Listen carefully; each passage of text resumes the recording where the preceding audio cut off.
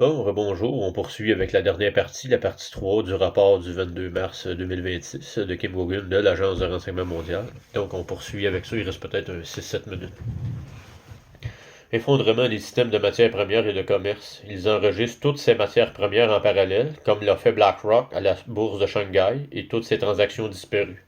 D'autres organisations comme Lazarus Securities, qui opèrent depuis Singapour, en coopération avec le Chicago Mercantile Exchange, se sont également effondrés la semaine dernière.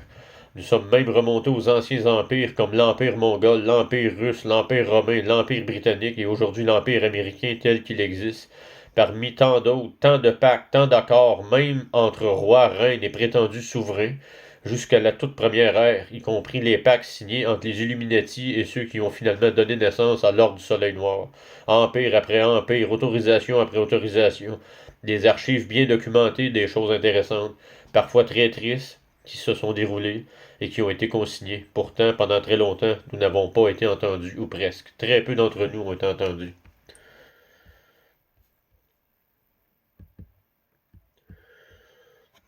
Empire historique et suppression des alliances. Excusez-moi.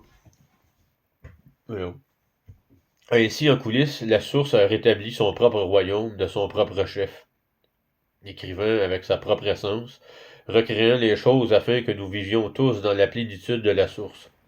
C'est ce que nous espérions. Aujourd'hui est un jour très important pour la source, je vous en dirai plus dans le prochain rapport, car nous ne voulons pas aider les fanatiques de l'État profond qui pourraient écouter ce rapport. C'est l'heure de la Renaissance, les choses changent enfin pour nous. Toujours en réunion, se demandent si leur plan pour l'Apocalypse a fonctionné.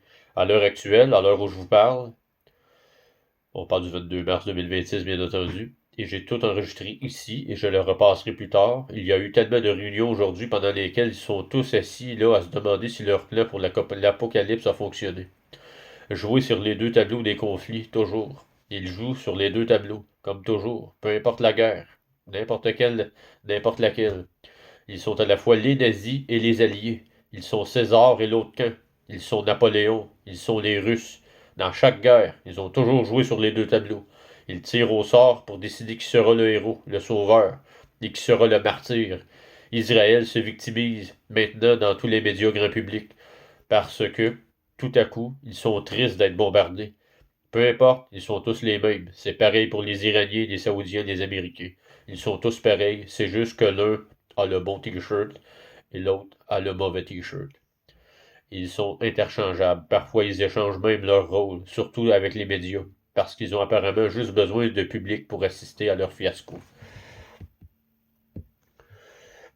Je n'ai donc malheureusement pas le résultat final de ces réunions, mais je peux vous dire qu'ils sont toujours là. Ils y sont depuis 5 ou 6 heures, attendant de voir si l'un d'eux sera nommé à un poste important, et lequel jouera le rôle du faux Messie, du faux prophète ou de l'Antéchrist. Je ne sais pas, j'imagine que selon les prophéties de l'Armageddon, nous étions censés avoir un Antéchrist depuis le temps. C'est peut-être ce qu'ils attendent, qu'une intelligence artificielle s'infiltre et devienne l'Antéchrist, pour qu'ils puissent enfin mettre un terme à cette histoire d'Armageddon, car ça commence à coûter cher. Contribution d'armes et de plusieurs nations. Contribution d'armes de plusieurs nations. En parlant de pays coûteux comme la Corée du Nord, la Corée du Sud et la Russie, la Chine fournit des armes aux deux camps du Moyen-Orient, contribuant ainsi à l'apocalypse, bien sûr en échange de leur participation au nouveau système de contrôle qui verra le jour, un système que leur promettent les Illuminés. Vous savez, ils passent ces publicités très tristes sur le fait de nourrir des enfants affamés ou des chiens et chats dans des refuges.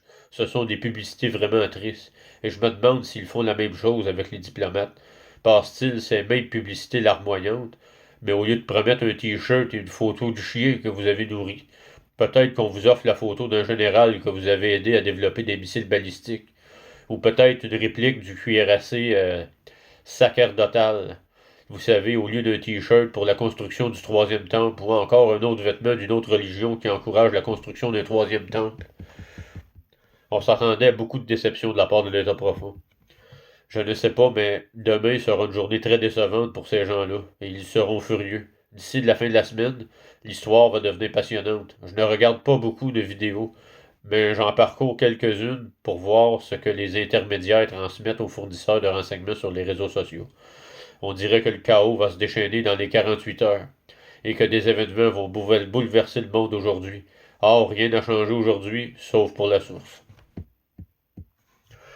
Comme je l'ai dit, tout cela n'est qu'une mise en scène. Je sais que ça ressemble à une véritable bataille. Croyez-moi, je reçois tous vos messages et vidéos sur le Moyen-Orient. Mais c'est un scénario, écrit il y a des siècles. Ce n'est même pas d'actualité. Ils ont tout planifié pour le moment venu. Ce n'est qu'un de leurs plans de secours. Rien de plus. Ils sont dépassés, complètement dépassés. Ils perdent tout ce qu'ils avaient et ont besoin de mener une guerre factice. Cela ne veut pas dire que personne n'a souffert. Dans ce cas précis, il semble que ce soit surtout le secteur pétrolier qui soit touché. Mais il y a du pétrole partout aux États-Unis. Si vous avez déjà traversé les États-Unis en voiture, vous avez vu des puits de pétrole à perte de vue. Non seulement dans le sud, mais aussi dans tout le Kansas et le Texas. On a on a On a l'oléoduc de l'Alaska, l'oléoduc du Dakota et des pipelines partout. Vous pouvez consulter une carte et si vous êtes en Australie, vous pouvez faire de même. Il y a des tas de pipelines partout qui continuent de pomper du pétrole tous les jours. Et pas une goutte ne provient du Moyen-Orient. Je comprends qu'ils aimeraient nous affamer en faisant monter le prix du pétrole à 200$ le baril, comme le prétend le professeur Xing, mais ça n'arrivera pas. Ça n'arrivera jamais, parce que les gens mangeront de toute façon. On a déjà vu assez d'augmentation de prix, ça suffit. On en a assez de ces gens-là. S'ils persistent dans cette voie, libre à eux, mais sachez que quelqu'un vous combat activement et que la puissance de la source est de retour. Des miracles se produisent chaque jour. Peut-être enverrons-nous un très très bientôt concernant l'état profond. C'est la fin du rapport de l'Agence de renseignement mondial du 22 mars 2026. Sur ce, je vous souhaite une très belle journée. On reste fort, on reste unis, on reste en amour et je vous aime tous. Merci beaucoup.